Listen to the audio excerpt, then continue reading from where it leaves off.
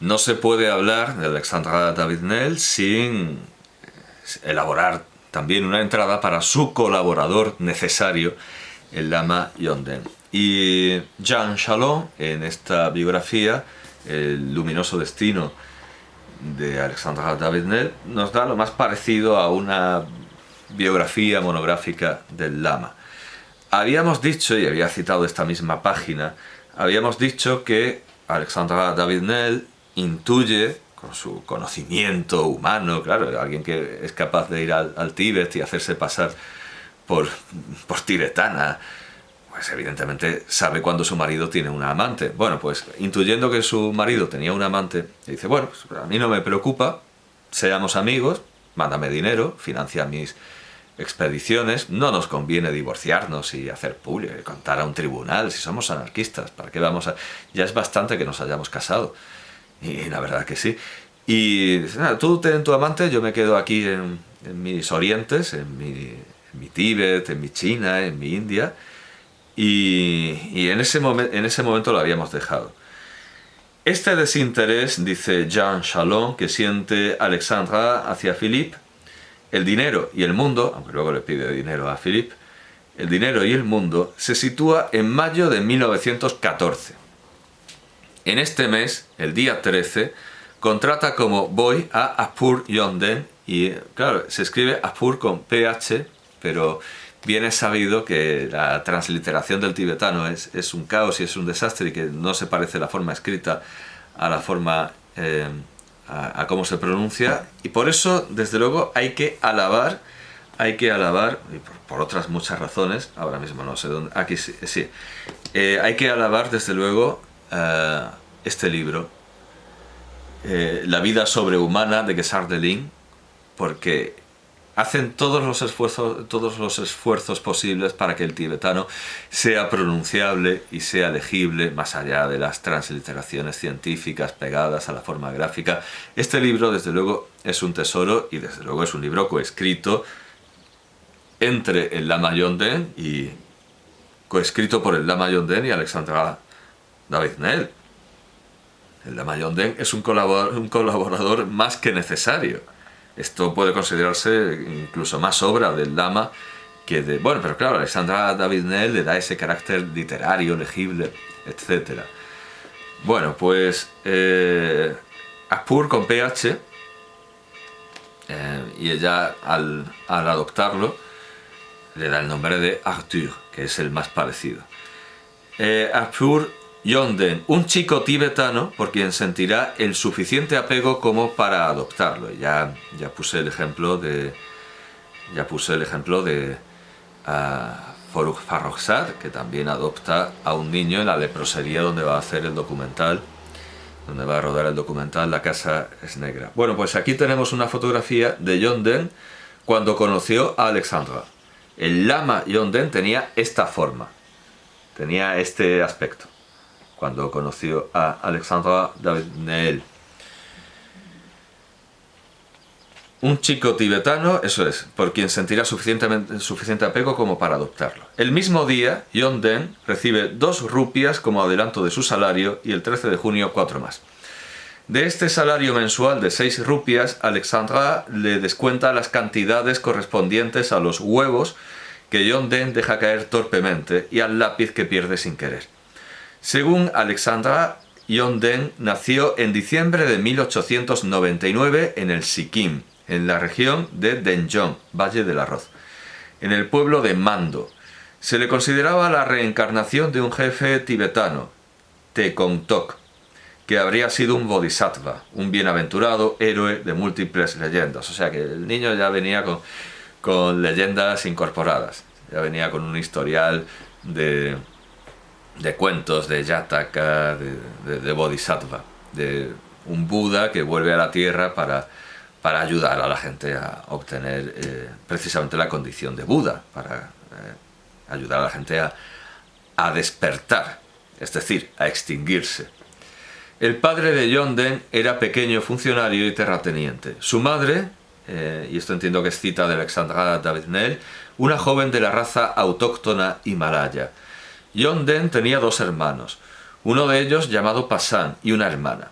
Su abuelo era un lama mago, conocido por su capacidad de hacer llover o granizar o de impedir tales fenómenos. Por cierto que creo que el abuelo o quizá el padre, no me acuerdo, creo que el padre o el abuelo o el tío, bueno, el caso es que nuestro Ibn al-Khatib también tenía no sé si su padre, su abuelo o su tío, no recuerdo, puede que su abuelo, pero tenía una profesión parecida para que el Tíbet no parezca una sociedad atrasada dentro del Islam andalusí. Dentro del Islam Andalucía había figuras parecidas, al igual que dentro de la cristiandad española había curas que hacían rogativas, pues dentro del Islam también había clérigos que hacían rogativas para que lloviera. Lo irónico del caso de Ibn al-Khatib es que su ancestro inmediato murió de una insolación, porque estaba haciendo sus rogativas para pedir a Alá que lloviera, y cogió sol y murió de eso, murió de una insolación. Así que nada de lluvia, sino todo lo contrario. Bueno, pues el abuelo del lama Yongden se dedicaba a lo mismo, a hacer llover, o a impedir que lloviera cuando no convenía. También sabía evocar a las deidades y tenía grandes conocimientos de ciencias ocultas. Su nieto no parecía haber heredado sus poderes, o sea, era un lama torpe. Se conformaba siempre, según Alexandra, con creer, y esto es cita de David Nell, en innumerables dioses, genios, jandomas, hadas, toda una mitología amable que no se adora con terror, sino con la que se entablan unas relaciones corteses de buena vecindad. Alexandra añade: no seré yo quien lo censure. Lo que le gusta de este chico de 14 años es su espíritu aventurero. Al igual que Alexandra, este chico se fugó, dejó el hogar paterno. Bueno, Alexandra es que no podía, es lo que se dice en español, un culo de mal asiento, no podía parar quieta, ¿no? Se escapó de muy niña. Bueno, pues también el lama Yongden, y ahí encontró una afinidad espiritual. Dejó el hogar paterno para ir a vivir con uno de sus tíos, que era monje en un monasterio tibetano, y a aprender el Dharma, la doctrina del Buda. Estos dos artistas de la fuga, ambos discípulos de Buda y criaturas del mismo tamaño, están hechos para entenderse. Quiero viajar, le dice Yongden a Alexandra cuando lo contrata. Viajará más de lo que imagina, recorriendo Asia y Europa. Para seguir a la señora Nell, este chico no duda en abandonar a su familia y renunciar a su parte de la herencia. Tendrá una confianza ciega en aquella que considera su segunda madre, su maestra espiritual, la que le enseña la doctrina de Buda. Alexandra va a Asia en busca de Buda y a través de Buda recibe este regalo del cielo, este asiático con el que compartirá su vida durante más de 40 años y sin el cual su vida no habría sido la que fue. Yongden servirá a Alexandra como cocinero, lavandero, costurero y secretario. Claro, cuando uno ve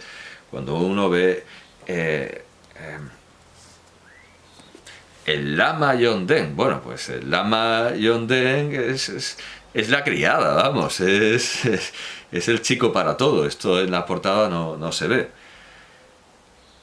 Será un pequeño... le ayudará en las numerosas traducciones y adaptaciones de libros tibetanos, y desde luego este es el más destacado. Será un pequeño compañero perfecto que además sonreirá ante todas las dificultades y contratiempos. Un auténtico milagro en la vida de Alexandra. Y pensar que Alexandra no creía en los milagros. Claro, ella cuenta lo que le cuentan, pero...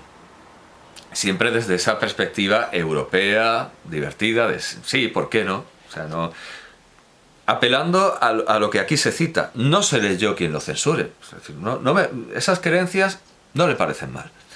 Otra cosa es que las comparta. Digamos que es una budista algo más racionalista. El bocado, es que el budismo es una religión atea, todo esto son añadidos folclóricos. El bocado preferido de Yongden es una mezcla de champa, mantequilla, queso y azúcar, mientras que Alexandra prefiere la champa con mucha crema. La champa es el alimento de base del Tíbet. Consiste en harina de cebada tostada que se mezcla con té en un tazón. Con o sin crema, a Alexandra siempre le encantó la champa. Este gusto espontáneo, esta prueba de la reencarnación a través del estómago, bastaría para creer que Alexandra era un lama tan goloso como John Dene en una vida anterior. Pero ¿acaso no es cierto que en el Sikkim Alexandra se había convertido realmente en una lamina? Bueno, no sé si ese es el femenino, lamina, bueno, una lamesa, ¿no? Una dama lama, eso suena mejor, dama lama, dama lama. Acaba de pasar 2 meses en el monasterio de Podang, situado a unos 15 kilómetros de Gangtok. Sidkeon es el superior de este monasterio. Sidkeon, que ya hemos visto... No, aquí no. Este es el Guru Sidkeon. Sí, el Guru Sidkeon. Alexandra asiste a la salida de Mahakala, un espíritu maligno que la gente mantiene encerrado en un armario a fuerza de encantos y ofrendas, y que una vez al año abandona su prisión. Esta es la clase de supersticiones que quiere abolir Sidkeon con la ayuda de Alexandra. De Silakara, el orientalista escocés, y de Kali Kumar, porque es Kumara, Kali Kumar, el monje. Dura tarea para este cuarteto que desearía luchar contra las costumbres antibúdicas, es decir, la brujería, el culto a los espíritus y la costumbre existente en los monasterios de beber bebidas fermentadas. Fracasarán en su misión, tal como predijo una voz extraña, quizá la de Mahakala, que decía: «Nada de lo que intentéis tendrá éxito. La gente de este país es mía, soy más fuerte que vosotros». Esto es una cita de Místicos y Magos del Tíbet. Por una vez, los demonios triunfarán, serán más fuertes que el cuarteto, más que el Gomchen de Lachen, a quien Alexandra ve una noche con sus atavíos de magia negra, una tiara de 5 caras, un collar de rodajas de cráneos, un mandil de huesos humanos, un puñal mágico, entregándose a una extraña danza alrededor de una hoguera. La salamandra que dormita siempre en Alexandra sueña con atravesar este fuego, pero solo a mediados de octubre aceptará la invitación del Gomchen, que la espera desde principios de mayo en su retiro.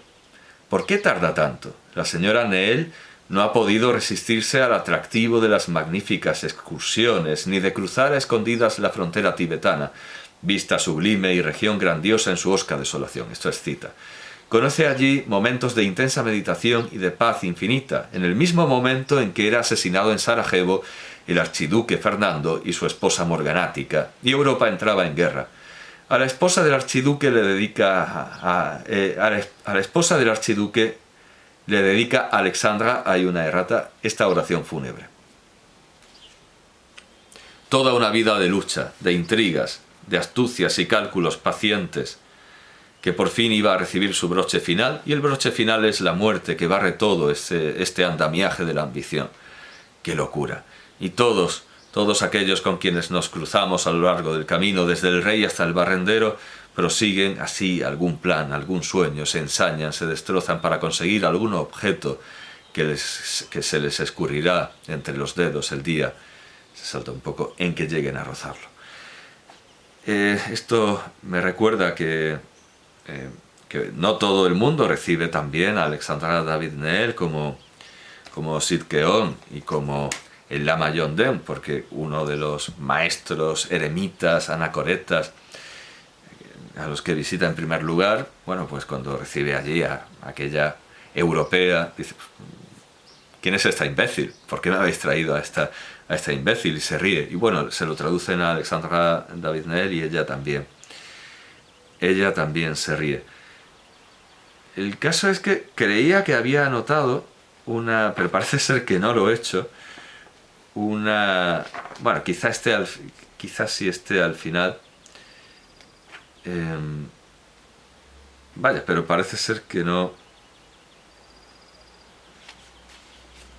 Me he ido directamente a la muerte de John Dene y pensaba que tenía una anotación sobre la insistencia de Alexandra David Neel en que su hijo adoptivo se alejara de las mujeres, y eso se lo contaba a sus amigos en Digne, porque el lama Yongden tenía amigos en Digne, y reconocía, pues me parece que voy a morir virgen, porque mi madre no quiere que me acerque a las mujeres, y además, bueno, pues murió antes que ella, así que, y esa es la explicación de por qué no hay descendencia, ni siquiera adoptiva, de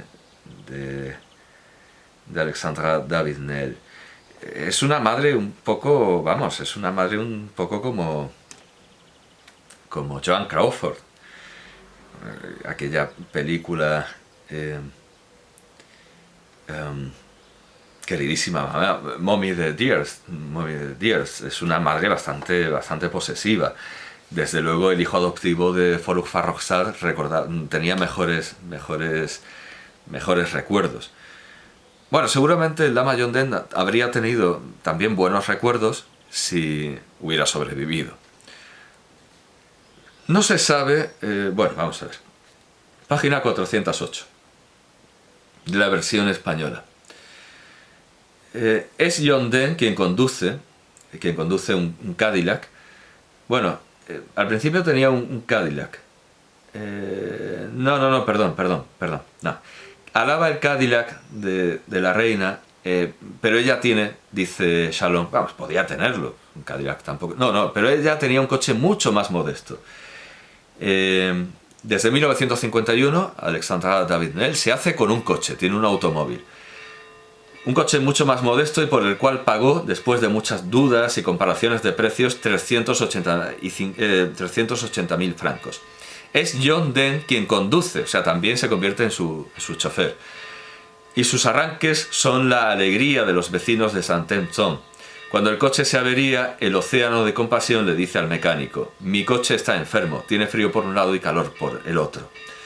Con su boina vasca, su camisa de rayas y su pantalón azul, Yongden es un personaje popular en Digne, donde llaman a este siquimés el chino.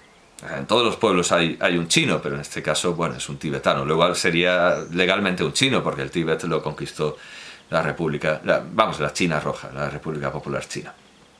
A veces acepta de sus vecinos un vaso de cerveza o un cigarrillo, cosa que provoca la cólera de la lámpara de sabiduría, es decir, Alexandra David-Néel, y sus gritos: apestas a alcohol y a tabaco. Yongden comenta sus furias de este modo: mamá a veces muy mala conmigo. Pero esas maldades, dice Shalom, esas maldades no duran en exceso. O sea, es un poco controladora David-Néel, pero bueno, en fin. La relación suele ser buena. La reverenda madre y el lama no tardan en reconciliarse alrededor de una taza de té y de un texto que traducir. Alexandra necesita a Yongden más que nunca. Es su secretario, su chofer, su compañero y sobre todo resulta ser muy eficaz para alejar a las visitas inoportunas, como aquella estadounidense que quería fundar un ashram para que lo dirigiera Alexandra. Se niega y dice que no abusaré jamás de la credulidad humana. David-Néel no quiere hacer una secta, no quiere crear una secta, no quiere. Bueno, por cierto, que es lástima que no haya. Ah, sí, aquí está. Creo.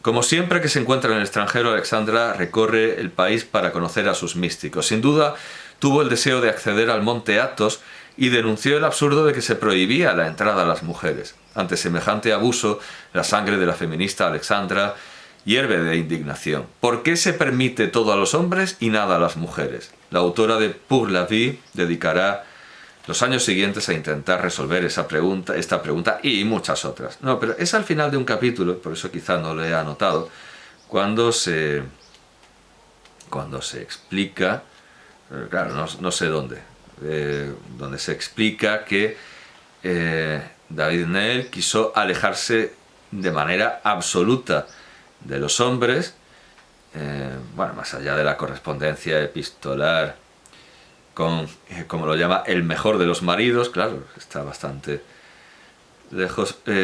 Quiso alejarse por completo de los hombres y solo quería tener un hijo, pero no quería tener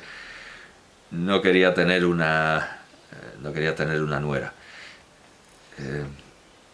Bueno, pues no sé dónde estará, pero vamos, la idea es esa, según Jean Chalon, que Alexandra David-Néel, bueno, puede ser... No, esto es de una carta a su marido, donde su marido ya va viendo el carácter indomable, el carácter plenamente indómito de su mujer, que lo fue por siempre. Bueno, pues quizá esté en el no, pues tampoco, una pesadilla japonesa. Bueno, pues sabía que estaba al final, pero no... Bueno, da igual eso, que no quiso que se acercara, no quería que el lama Yongden, no quería Alexandra David-Néel que el lama fumara, ni bebiera, ni se acercara a las mujeres de ninguna manera. De ninguna manera. Lo cual, claro, si lo que tenía era contra los hombres, tampoco tiene mucho sentido. Bueno, no encuentro la parte de la exigencia de castidad, pero lo recoge Jean Chalon. Bueno, bien, pues volvemos a Digne, donde está el lama Yongden con boina vasca. Se paseaba con boina vasca. En Digne, Alexandra y... bueno, sí, eso es, que viene una americana y quiere crear un ashram, un templo. La estadounidense vuelve a la carga y el océano de compasión, que es el lama Yongden, le impide educada pero categóricamente que vea a la lámpara de sabiduría, que es Alexandra David-Néel. En Digne, Alexandra y Yongden viven apartados, como marginados de lujo, y no frecuentan a casi nadie. Sus horarios son incompatibles con los de la buena sociedad. Se levantan al alba y se acuestan temprano. En Digne, como en Kumbum, llevan una existencia totalmente entregada a los libros, los que escriben y los que estudian. Aceptan con alegría esta disciplina adquirida en las lamaserías, las costumbres y las repeticiones de los mismos gestos a las mismas horas que parecen detener el tiempo. En 1954 se publica en Plon, firmada por Yongden, La puissance du néant, el poder de la nada, el poder de la nada. Una novela cuyo héroe, Mumpa, discípulo y criado de un santo ermitaño, encuentra a su maestro asesinado. Loco de dolor, persigue al asesino y en su búsqueda a través del Tíbet se encuentra con sus chantans, sus tsampa, sus trapas, dicho de otro modo, sus soledades herbosas, su harina de cebada tostada y sus monjes.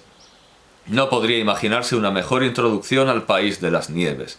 Yongden puede sentirse orgulloso de su primera novela, ya está digitalizada y se puede encontrar con gran facilidad, y Alexandra de su traducción, que ha salpicado de notas sabias. Es como el padre Gracián con respecto a Santa Teresa. El lama Yongden habla ex abundantia cordis, de sus recuerdos, de su mundo, y Alexandra David-Néel, al traducir, también lo interpreta y lo llena de aparato crítico, erudito y culto. Yongden, autor de un libro. Eso sí que sería una noticia en el Sikkim, donde vive su familia, que espera el regreso del hijo pródigo, el cual envía regularmente noticias suyas.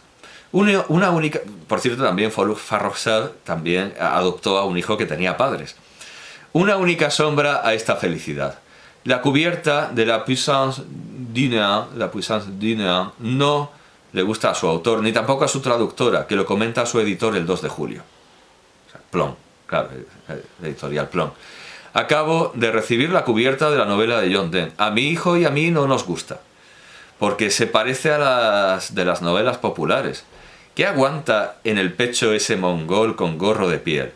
¿Acaso es una imagen de la corona del sol durante un eclipse? Si a usted le gusta la cubierta, no le llevaremos la contraria, pues sabe lo que interesa al público. Y lo importante para usted y para Yongden es que se venda bien. Yongden seguirá el ejemplo de Alexandra y aprenderá a decir amén a todo y a alegrarse del éxito de La puissance du néant, pues se venderá bien. En 1954, a los 86 años, Alexandra sigue teniendo un montón de proyectos. Planea escribir sus souvenirs coréens. Pero también tenía mucho que decir de Corea. Y pensaba escribir un libro de recuerdos coreanos. Cosa que, por desgracia, no hará. Y también tenía proyectado Le Sortilège du Mystère, el sortilegio del misterio. Y aquí hay una cita de Alexandra David-Néel. Tengo otra idea en mente con el título de El sortilegio del misterio. ¿Le parece un título atractivo? El tema radica en el mundo singular de los adeptos de las doctrinas esotéricas. No es una novela, sino una especie de paseo por diversos países durante el cual me encuentro con personajes de distintos caracteres, unos cercanos a lo sublime y otros infinitamente grotescos o lastimosos. El libro está basado en hechos reales.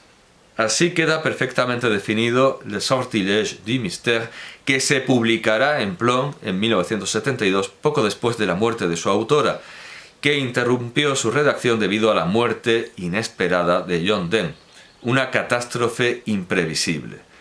En la agenda de Alexandra, en octubre de 1955, John Donne aparece 2 veces. La primera, ha escrito a su hermano Passan. La segunda, el 7 a las 8 de la mañana, Albert ha muerto. Alexandra no puede escribir nada más. Ella, que solía declarar a los periodistas que era poco emotiva, está abatida por la brutalidad de esta desaparición. Los meses siguientes a su muerte, a la muerte de John Donne, cesa de escribir en señal de luto, porque lleva el luto de esos años de vagabundeo que encarnaba John Donne, su compañero de la epopeya de Lhasa, el que padeció frío, hambre y desaire sin quejarse jamás. Años más tarde, Marie-Madeleine Perronnet, que es la que hace la introducción de la edición de... Eso es. Bueno, el posfacio del diario de viaje, Perronnet hallará a una Alexandra inconsolable, mirando la salida del sol y llamando Albert, Albert. Alexandra, que consideraba la maternidad una aberración, llora como una madre. Ella, que se vanagloriaba de no llorar jamás, vierte torrentes de lágrimas el día que cumple 87 años, el 24 de octubre de 1955. Lágrimas y polvo, lágrimas y cenizas. John Donne fue incinerado. De él no quedan más que unos puñados de cenizas en una urna en Saint-Étienne y unas cuantas lágrimas en los ojos de Alexandra. 5 años más tarde, en noviembre de 1960, encontrará la fuerza para relatar en su agenda las circunstancias de la muerte de su hijo adoptivo. Era sábado. Fue la última vez que Albert salió en coche para hacer unas compras. Regresó y comimos una costilla de ternera. Insistió en que yo comiera la mayor parte. Escuchamos la radio. Siempre se dormía durante el programa, con la cabeza y la espalda apoyados contra la pared por donde pasaba la chimenea. Se fue a dormir. Por la noche cayó enfermo. Llamó a la criada, que vino a despertarme. Al cabo de un rato oí los golpes en la noche, y según la superstición tibetana es la llamada de la muerte a la que no hay que responder. Después de varios golpes, respondí. La criada me dijo: el señor está muy enfermo. Se omite una parte. Sabía que estaba enfermo, pero no podía imaginarme que podría morir. El doctor llegó enseguida, pero solo alcanzó a diagnosticar un ataque fulminante de uremia. Al enterarse de la muerte de Philippe, Alexandra dijo: pierdo a mi único amigo. Una frase que podría haber repetido con la muerte de John Donne. Perder 2 veces en una misma vida a su único y mejor amigo es mucho. La indestructible Alexandra se muestra herida, o más bien no. Con su dignidad acostumbrada no expresa cuán dolida, herida y abatida está. En una carta que escribe a una de las sobrinas de Philippe, Fanny, emplea el verbo lamentar, que ya había empleado para la muerte de su marido. No necesito añadir que lamento muchísimo la pérdida de mi compañero de 40 años de viajes. Es mejor no hablar de ello. Alexandra se esfuerza en no hablar de ello. a otra sobrina de Philippe, Lucie, escribe el 10 de diciembre de 1955 una carta que deja entrever discretamente su completo desasosiego y su enorme soledad.